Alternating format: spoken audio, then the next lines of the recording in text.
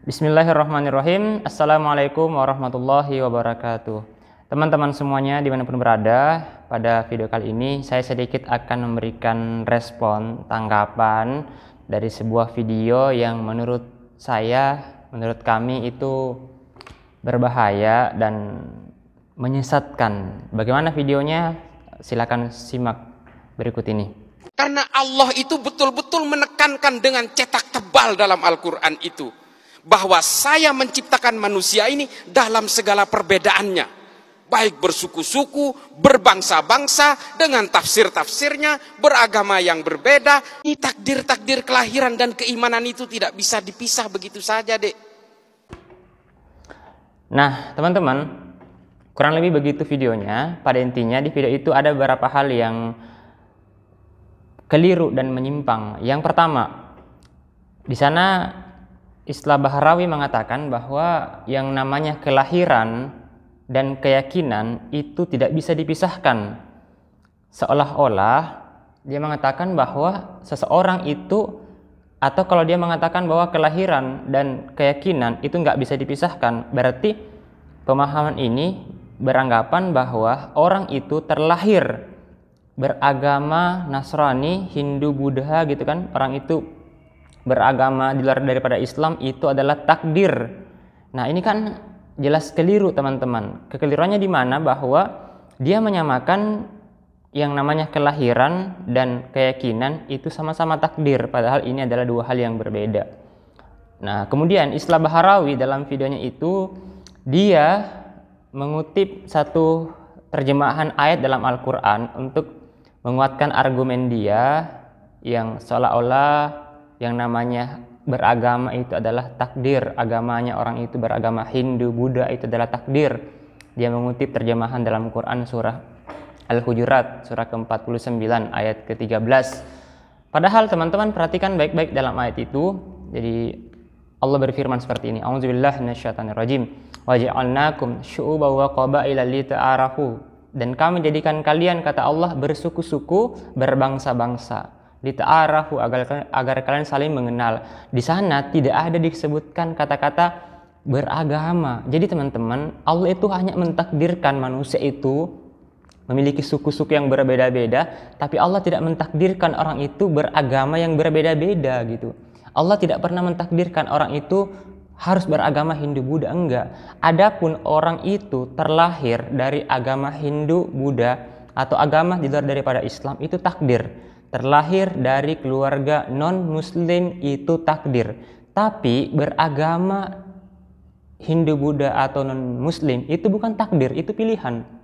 Bahkan teman-teman, Allah Subhanahu wa taala memberikan satu keterangan dalam Al-Qur'an bahwa sebenarnya setiap manusia yang dilahirkan di dunia ini itu mereka semua terlahir dalam keadaan beragama tauhid, beragama hanif, agama yang lurus, agama Islam atau pemeluk agama yang mentauhidkan Allah Subhanahu wa taala. Teman-teman bisa cek dalam Al-Qur'an surah ke-30 Ar-Rum ayat ke-30. Allah menjelaskan di sana, A'udzubillahi minasyaitonirrajim. Fa'aqim wajhaka lid-dini hanifa fitratallahi allati fataran nas 'alaiha. Maka hadapkanlah wajahmu kepada agama yang hanif, agama yang lurus, maksudnya Islam. Sebagaimana Allah Subhanahu wa taala telah menciptakan kamu dengan agama fitrah itu. Jadi teman-teman, Allah Subhanahu wa taala itu menciptakan manusia dengan fitrahnya beragama tauhid. Nah, teman-teman semuanya, itu yang pertama. Jadi, keliru kalau dikatakan bahwa manusia itu terlahir bersuku-suku, berbangsa-bangsa itu sama persis ketika manusia itu juga beragama Hindu, Buddha atau agama di luar daripada Islam itu juga takdir. Nah, ini bukan takdir, teman-teman. Jadi Hindu, Buddha atau agama di luar daripada Islam, orang itu memilih agamanya apa, itu bukan takdir, itu pilihan. Sehingga teman-teman, setiap kita akan dimintai pertanggungjawaban atas keyakinan yang kita yakini. Terhadap bagaimana kita beribadah itu akan dimintai pertanggungjawaban. Nah, itu namanya pilihan. Kalau takdir itu nggak dimintai pertanggungjawaban oleh Allah Subhanahu wa taala. Seseorang itu hari ini misalnya sukunya apa, dia dari bangsa mana, warna kulitnya apa, jenis kelaminnya apa, itu nanti tidak dimintai pertanggungjawaban oleh Allah Subhanahu wa taala. Allah nggak akan bertanya kepada orang itu, "Kenapa kamu suku Bugis? Ya, kenapa kamu jadi warga Indonesia? Kenapa kamu bukan orang Arab? Kenapa Anda misalnya warna kulitnya coklat? Kenapa bukan putih? Itu nanti nggak diminta pertanggungjawaban karena itu takdir. Nah, itu yang pertama teman-teman yang pengen saya luruskan dari video itu. Yang kedua, di sana ada penggiringan opini ya yang itu berbahaya. Di video itu juga dia mengatakan bahwa tahu tidak kalau Anda yang hari ini mengharamkan musik atau mengikuti paham fikih atau mazhab yang mengharamkan musik, mengharamkan perpajakan, mengharamkan bunga atau bank, itu sama halnya, kata dia, itu sama persis dengan pemahaman terorisme itu gitu kan. Orang-orang yang hari ini itu melakukan aksi teror, dia menyebutkan bahwa mereka juga itu berpaham seperti itu. Jadi kesannya kalau hari ini ada muslim yang berpemahaman kalau pajak itu haram, terus kalau musik itu haram, nah itu riba itu haram, itu sama halnya Anda juga nanti seperti teroris gitu. Ini sebuah framing yang menyesatkan gitu. Jadi kesannya itu kalau hari ini Anda itu berpemahaman seperti itu ya sama halnya Anda juga teroris. Nah, jadi teman-teman, meskipun saya pribadi bukan termasuk orang yang berpemahaman atau mengamalkan pendapat yang mengatakan musik itu haram secara mutlak, tapi bukan berarti kalau ada seorang muslim, saudara kita muslim, dia berpemahaman seperti itu, dia mengatakan musik itu haram secara mutlak, bukan berarti mereka itu bagian daripada terorisme. Enggak seperti itu. Nah teman-teman, itu yang kedua. Kemudian yang ketiga, tentang istilah kafir.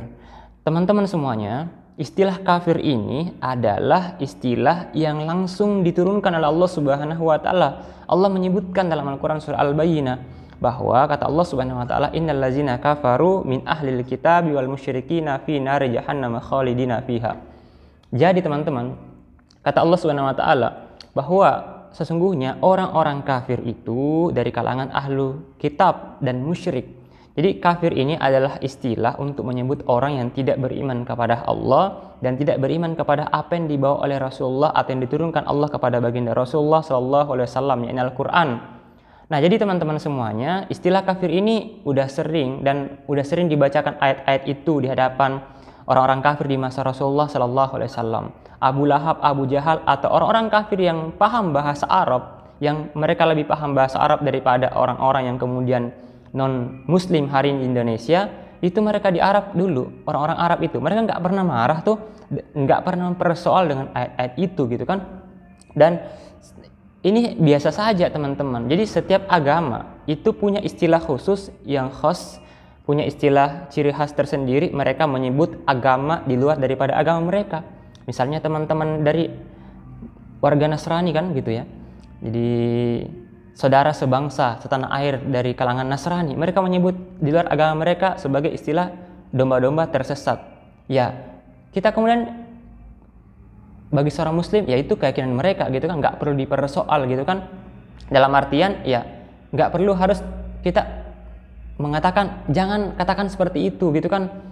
Nah tentu tidak, karena ya itu keyakinan mereka gitu kan. Jadi harusnya seperti itu teman-teman. Jadi kalau perkara ini kafir ini wilayah akidah seorang muslim, bahwa istilah kafir itu nggak mungkin tergantikan dengan istilah yang lain gitu kan. Nah, nggak mungkin kan kita baca Quran dalam Al-Quran surah Al-Kafirun, Qul ya ayyuhal non muslim, kan nggak mungkin gitu kan. Tapi Qul ya ayyuhal kafirun. Jadi adapun kalau sehari-hari kita punya teman, tetangga non muslim, yang nggak mungkin lah kita panggil, hai kafir, ke rumahku, gitu kan nggak mungkin seperti itu.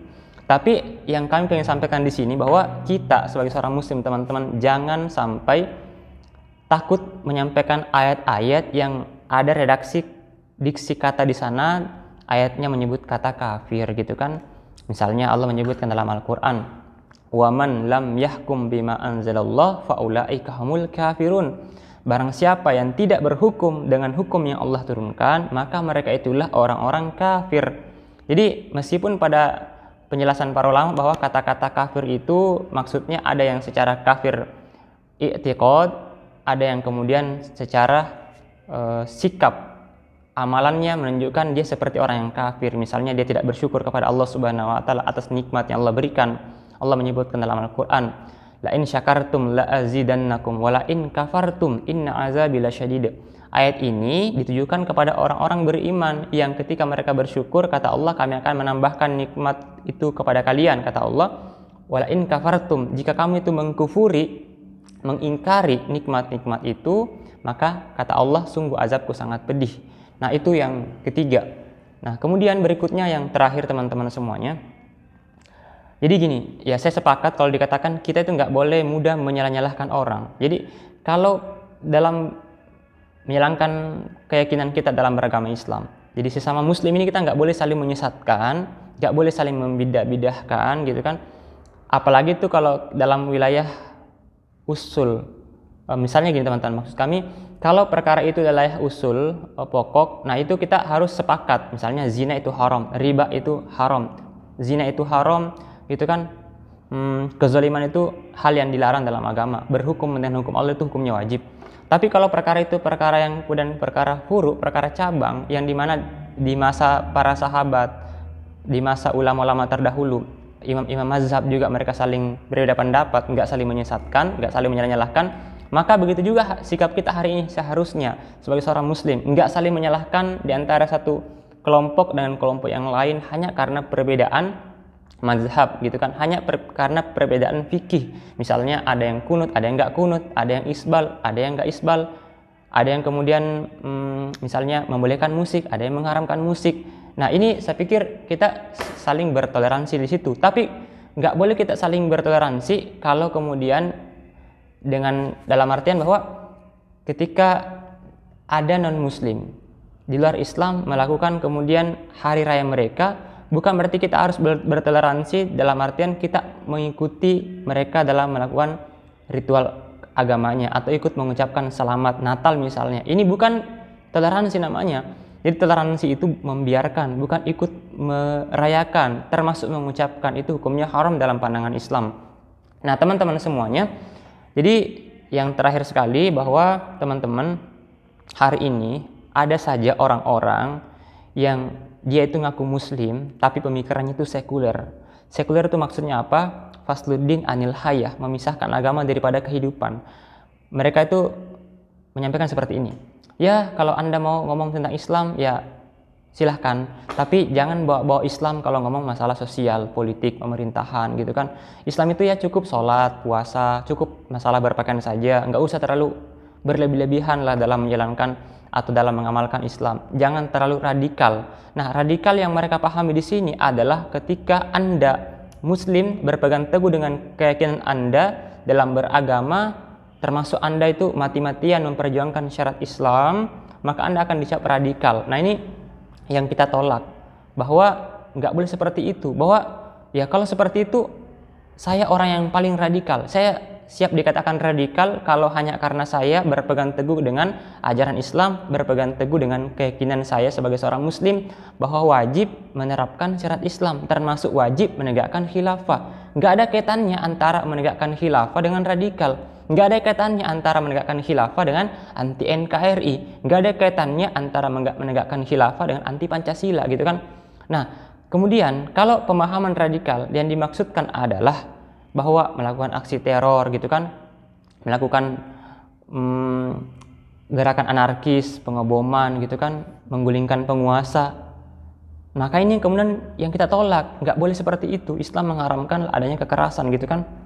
Jadi teman-teman semuanya, bijaklah dalam mengambil satu pemahaman. Jadi jangan mudah terprovokasi, dalam artian jangan mudah menerima pernyataan dari orang-orang seperti Islah Bahrawi ini, teman-teman, dengan pemahaman Islam moderat. Jadi teman-teman, ya ini mengutip pernyataan dari seorang tokoh cendekiawan muslim yang menurut saya itu luar biasa pemahaman beliau lah dalam mencerdaskan umat. Silahkan nonton videonya. Ustadz Ismail Yusanto menyampaikan seperti ini. Allah Subhanahu wa Ta'ala tidak pernah meminta kita menjadi muslim yang radikal. Begitu juga Allah tidak pernah meminta kita menjadi seorang muslim yang moderat. Jadi kita tuh nggak boleh jadi muslim yang radikal, bukan juga jadi muslim yang moderat. Tapi Allah Subhanahu wa Ta'ala meminta kita menjadi seorang muslim yang kafah. Al-Baqarah 208. Ya ayyuhallazina amanu udkhulu fis silmi kafah. wahai orang-orang yang beriman, jadilah kamu atau masuklah kamu ke dalam Islam secara kafah, Islam yang secara utuh, totalitas. Kalau pada akhirnya teman-teman kita dalam mengamalkan ajaran Islam secara kafah ini lalu dicap sebagai radikal, ya no problem, karena dulu juga Rasul dan para sahabat juga mereka dihina gitu kan, dianggap kemudian gila. Ulama-ulama terdahulu, para pujang-pujang terdahulu yang memperjuangkan Indonesia ini, mereka juga oleh Belanda dicap radikal gitu kan, oleh PKI mereka dicap radikal gitu kan. Maka hari ini juga nggak usah heran kalau ada orang yang ketika Anda begitu teguh dalam menjalankan keyakinan Anda sebagai seorang muslim, Anda itu nggak mau terlibat dalam hal misalnya riba gitu kan, Anda nggak mau ikut bercampur baur, berikhtilat gitu kan, terus Anda menyampaikan penerapan syarat Islam lalu Anda dicap radikal oleh sebagian orang, maka itu hal yang wajar-wajar saja, karena sampai kapanpun yang namanya kebenaran, al-haq, itu ada namanya kebatilan yang juga senantiasa berusaha untuk menghalang-halangi tegaknya kebangkitan Islam. Teman-teman semuanya, itu dari saya. Semoga kita semua senantiasa dalam lindungan Allah Subhanahu wa taala. Tetap semangat dalam menyampaikan dakwah sampai mati. Sekian, wassalamualaikum warahmatullahi wabarakatuh.